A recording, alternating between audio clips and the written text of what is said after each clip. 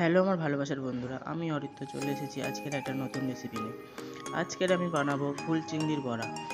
ফুল চিংড়ির বড়া বানানোর জন্য প্রথমে বেসন, পেঁয়াজ কুচি, কাঁচা লঙ্কা কুচি ভালো করে বেসনটাকে একটু মাখিয়ে নেব। এর ওপরে ভেজে রাখা ফুল চিংড়িগুলো দিয়ে ভালো করে একটুখানি মেখে নেব। মাখাতো হয়ে গেছে। এইবারে কড়াই তেল গরম করা হয়ে গেছে। তেলটা গরম হয়ে গেলে হাতের সাহায্যে গোল গোল করে শেপ দিয়ে ফুল চিংড়ির বড়াগুলো কড়াই ছেড়ে দেবো।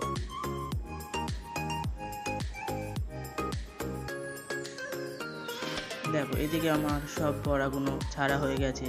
এবারে বড়াগুলো আমি এক পিঠ লাল লাল করে ভেজে নেব। চলো, এক পিঠ তো লাল লাল করে ভাজা হয়ে গেছে, এবার আমি অপর পিঠটা উল্টেও ভালো করে ভেজে নেব। এইভাবে আমি সব ফুল চিংড়ির বড়াগুলো লাল লাল করে ভেজে নেব।